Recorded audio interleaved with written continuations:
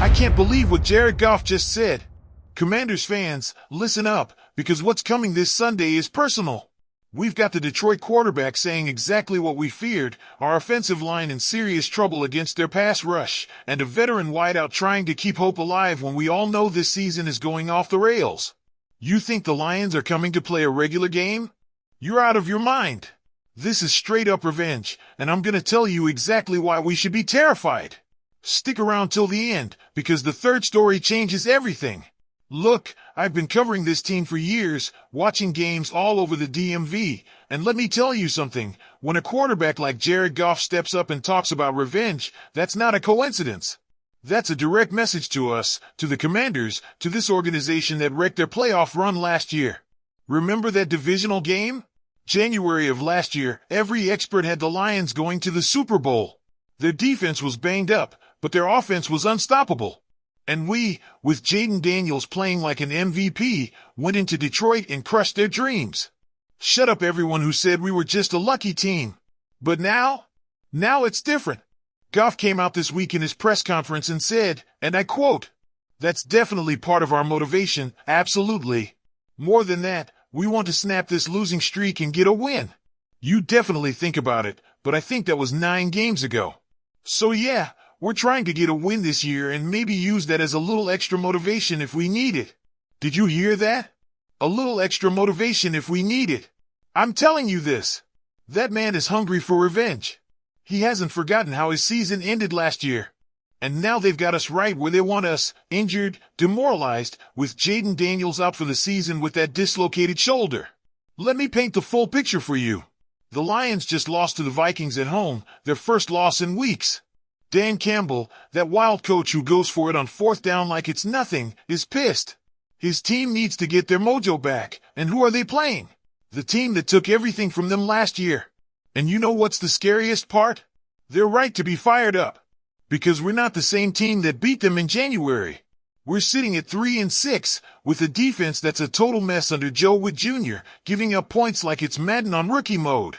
Now let me ask you this, do you think Aiden Hutchinson is going to take it easy on our offensive line? You think that Detroit defensive front, ranked among the best in the league, is going to let us breathe? No way! They're coming to collect every point we dropped on them last year. And here's the part that's keeping me up at night. Goff is absolutely right when he says it was 9 games ago. For them, that loss was the spark for an entire offseason of grinding, improving, and preparing. While we were celebrating our NFC championship run, they were in the gym, watching tape, getting ready for this exact moment. Campbell said after that loss he'd never forget how it felt. That he'd use that pain as fuel. And look at them now, one of the best records in the NFC, their offense scoring at will, and their defense, while not perfect, playing with a scary level of intensity.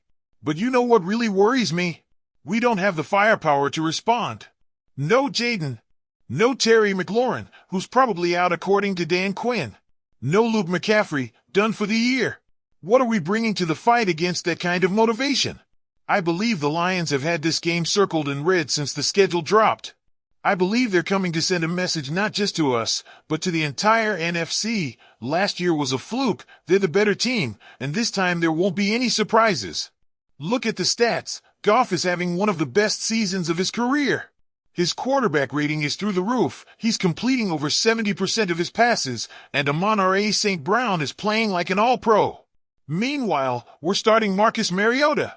He's a solid backup, but let's be real, he's not Jaden Daniels. And here's the part nobody wants to admit, we're playing at home, at Northwest Stadium, where we're supposed to have the edge. But after the way we've played the last few weeks, do you really think our fans are going to rattle a team this fired up? The Lions are going to feed off that crowd noise. So I ask you, are you ready to see Goff celebrating on our field? To see Campbell going nuts on our sideline while they run us over? Because that's exactly what's going to happen if we don't match their intensity. The truth is, this isn't just another regular season game. We're playing a team that's had us marked for almost a year. A team that's used our win as fuel every single day. A team that's coming to prove a point. And you know what's the worst part? They're probably right. We're the perfect team for them to bounce back against after that loss to Minnesota. We're the ideal sparring partner, banged up, low morale, and a defense that can't stop anyone. I'm telling you this, if there's ever a time for this organization to show some pride, some grit, that we don't quit mentality Dan Quinn keeps preaching, it's now. Because if we let the Lions come in here and embarrass us in our own house, after everything that happened last year, that's gonna leave a scar. But do you think we've got what it takes to weather this storm? Honestly, I don't know. And that, Commanders fans, that's what really scares me. If that's got you worried, wait till you hear what I found out about our offensive line and what Marcus Mariota is walking into. Now let's talk about something that's really got me nervous for Sunday, our offensive line versus the Detroit pass rush. And let me tell you, after digging into the numbers and talking to folks who know this team inside and out, the situation is worse than I thought. I've been following Josh Connolly Jr. since he came in as a rookie this year. The kid's got potential, he's got talent, but there's one huge problem, he's going up against elite pass rushers. And guess who's coming in this Sunday hungry for sacks? That's right, Aiden Hutchinson and that entire Lions defensive line, ranked among the best in the NFL. The numbers don't lie, and these numbers are flat out scary. Connolly has allowed 31 pressures this season. 31! And 6 of those turned into sacks.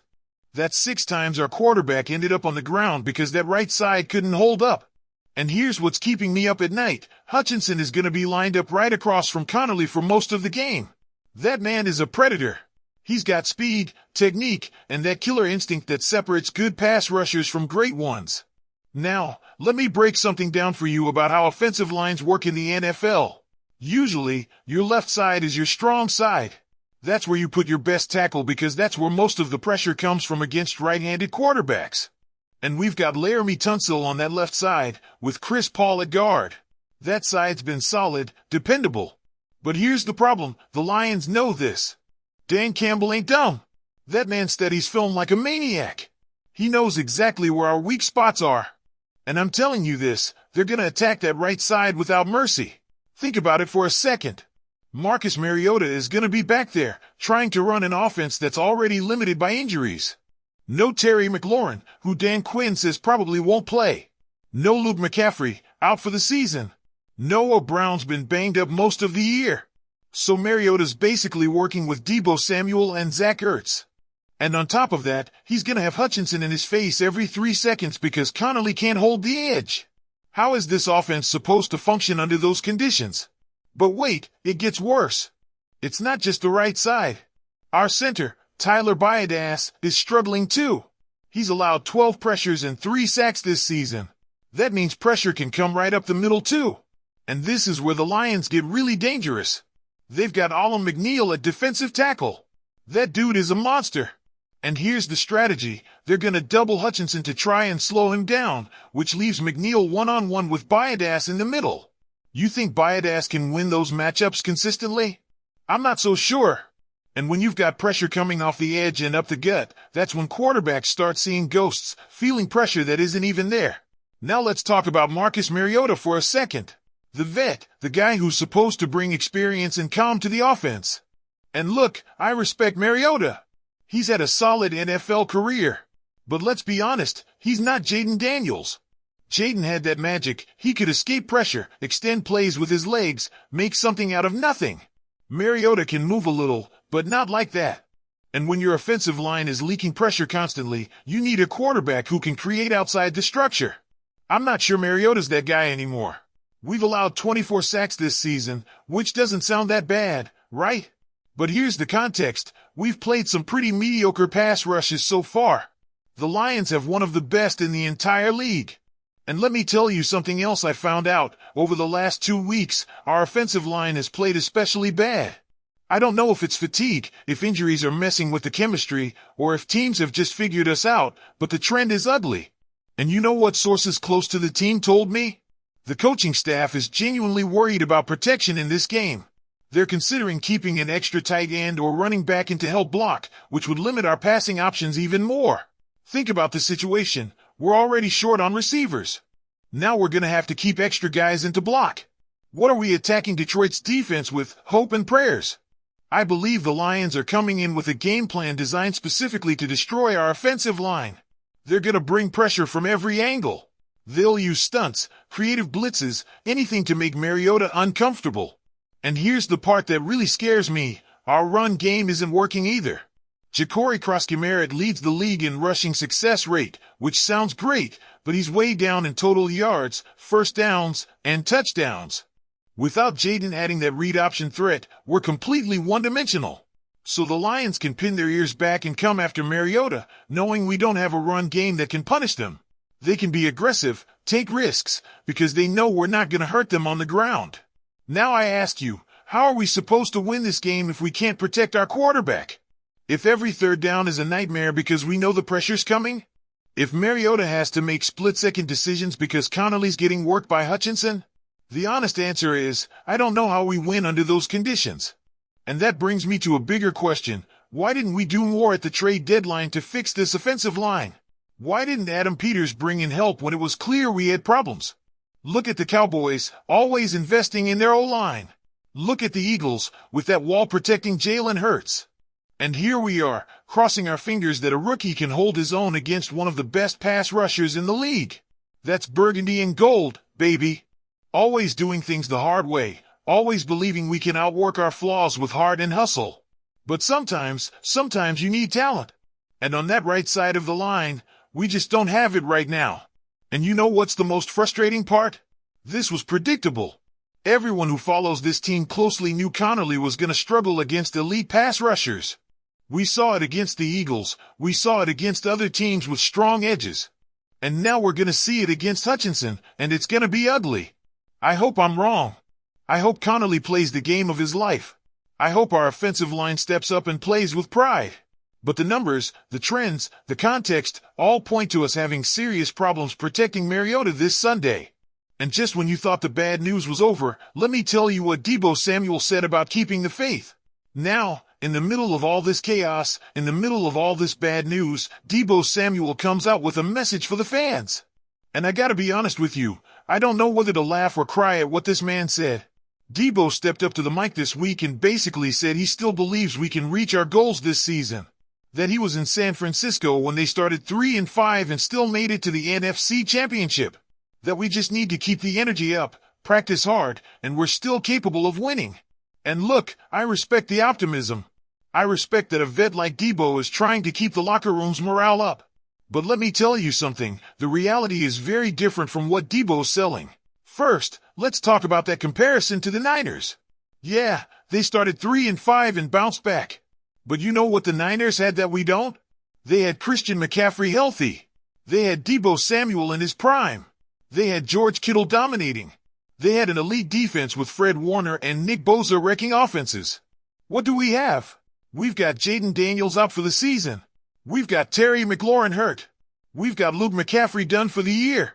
We've got a defense giving up points like it's Halloween candy. I'm telling you this, the situation is not the same. And Deebo knows it. He's saying what he's supposed to say as a vet, as a leader. But deep down, he knows this season is slipping away. And here's the part that really gets under my skin. Deebo was part of trade rumors before the deadline. His name was floating around everywhere.